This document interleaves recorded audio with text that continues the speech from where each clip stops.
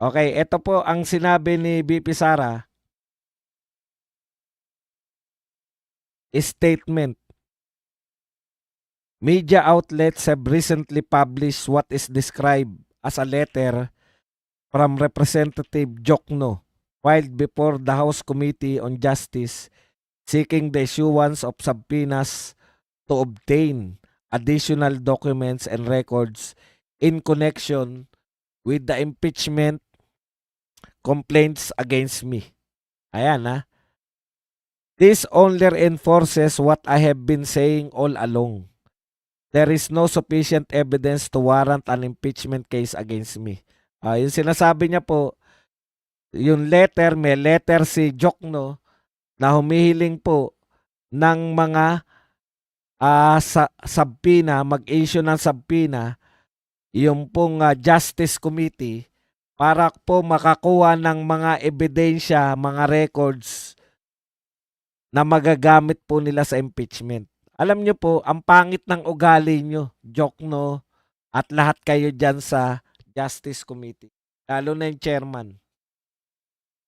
Bakit nyo binoto na 54-1 na merong substance, sufficiency in substance, kung ngayon pa lang kayo maghanap ng ebidensya? Ipapasabi na pa lang nila. Sabi nga ni BP Sara, ito, tuloy lang natin. So malinaw po na yung gusto nyong ipasabina, yung mga records, malamang po yan. Yan yung matagal na nilang sinasabi na bank record. Wala kayong hawak na bank record. Paano nyo masasabi na si BP Sara ay nagkamal ng hindi maipaliwanag na yaman? Dapat to hindi pinapayagan. Kasi pinoto nyo, sinabi nyo, sufficiency in substance. Bakit mo sasabihin na sufficiency in substance kung mayroon ng ebidensyang nakalagak dun? Inunan nyo na impeach natin, kaya maghagilap tayo ng dokumento para po mabigyan po ng katwiran yung sinasabi natin. Okay, tuloy lang natin. Ituloy-tuloy ko na lang para isang banata na lang. The committee cannot conduct an investigation to search for evidence to support accusations already made in the impeachment complaints. Doing so would amount to a third fishing expedition by the House of Representatives. Hindi po kayo pwedeng mag-conduct ngayon ng investigation para makakuha ng ebidensya. Kaya tama po yung sinasabi ni BP Sara nung unang-una pa. Ano ba yung sinabi ni BP Sara nung unang-una? Na sinabi niya na po to dito po sa kanyang programa na ibalik ang tapang at malasakit. Ang sabi ni BP Sara, inuna nila yung plano nilang impeach. Kaya meron po si Kimbo na sinasabi na stick to the plan. May plano na sila ma-impeach si BP Sara. Ang plano nila, magkukondak sila ng investigasyon. Una, first fishing expedition. Diyan po sa budget hearing. Ayon kay BP Sara, diyan niya napatunayan na meron talaga kasi narinig niya, stick to the plan. Ikalawa, doon naman po sa Committee on Good Governance na pinamumunuan ni Joel Chua. Diyan naman po lumabas yung Mary Grace Piatos. At dahil kulang po yung ebidensya nila, pero napagbotohan na po nila sa Justice Committee na isasalang si BP Sara, magkukondak na naman sila ngayon ng investigasyon. Pangatlong fishing expedition.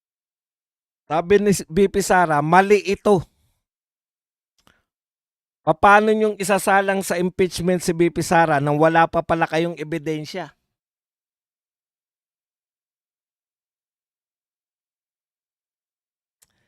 Ganyan po kasutil yung House of Representatives natin. Okay, may sinabi pa siya rito. Even more disturbing is the treatment now being extended to Madriaga, an alleged kidnapper who fabricated an entire story. The request that he be given special treatment in the House of Representatives is a grave insult to the minor victim who was traumatized by his criminal act. So, di umano ay kidnapper na Madriaga, bibigyan po nila ng ititira nila sa House of Representatives special treatment. Both sa akin, tingin ko rito, negative at positive eh. Bakit? Kasi, ang tingin ko rito kay Madriaga, kaya nila ititira dyan, eto pananaw ko lang ha, para madiktahan nila ng mga sasabihin. Di ba?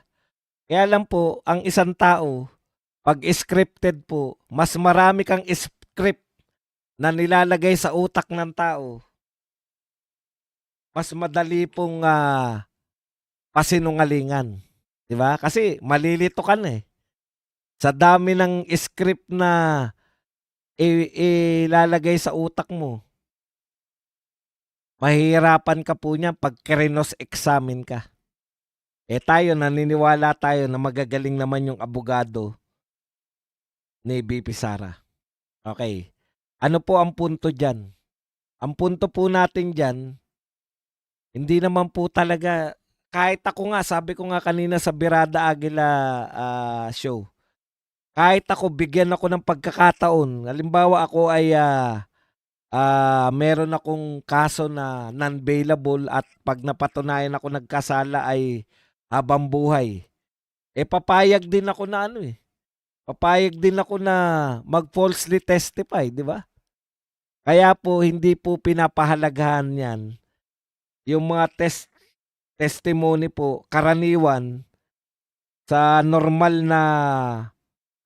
po ng mga judge, karamihan po ay hindi po pinapahalagahan ng mga judge yung mga testimonya ng mga PDL o mga persons deprived of liberty or mga bilanggo kasi hindi nga sila malaya eh.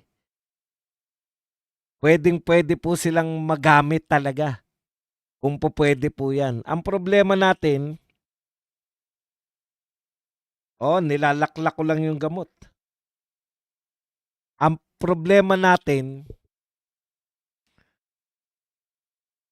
sa mga judge, wala tayong kakaba-kaba kasi meron pong aral po yung mga judge. No?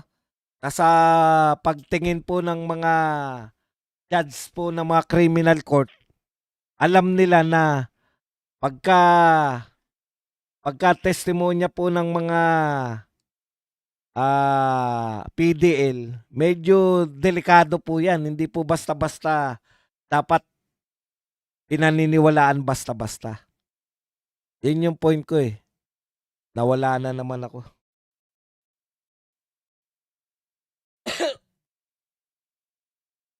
Okay. So sa madaling salita, bakit tayo kinakabahan? Hindi naman po aral na judge yung hahatol kay BP Sara eh. Ang hahatol ko po kay BP Sara ay ang mga katulad ni Lacson, ni Tito Soto. Yan po yung mga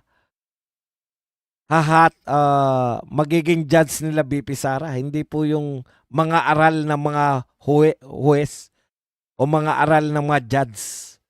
Kung hindi, mga senador, karamihan, mas marami na pong senador ang hindi abogado kaysa sa abogado.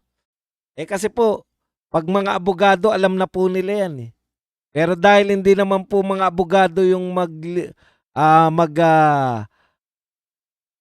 magiging judge ni BP Sara, may tulog po tayo dyan. Di ba? Meron tayong tulog dyan sa kasuhan na yan. Okay. So, napakahirap ng kalagayan nila BP Sara. Alam nyo, kung bakit nagsusurvive pa sila BP Sara? Naalala ko, may dalawa tayong dalawang senador, ay hindi naman senador si Binay, Vice President din si Binay. Tiniraan sila, hindi na naka-recover eh, 'di ba? Tsaka si Villar. Kasi may semblance ng katotohanan yung ano, naalala ko nun yung kay Binay, parang napaniwala nila yung tao na may ginawa si Binay na ano, pero nung ngayon, parang absuelto na si Binay, si Jejomar, 'di ba? Sa tunay na korte, absuelto na. Pero sa korte ng paninira, nasiraan na si Binay, hindi nanalo bilang presidente. Sabagay, ang katapat kasi niya si Tatay Digong kaya medyo may ano rin yun, may bigat din yun. Kaya hindi po matutulad si BP Sara kasi nga si BP Sara mahirap patunayan. Lalo na panay haka-haka lang. Paano mo pagbibintangan na may kalokohan si BP Sara sa confidential fund? Eh mas malaki po yung confidential fund ni BBM.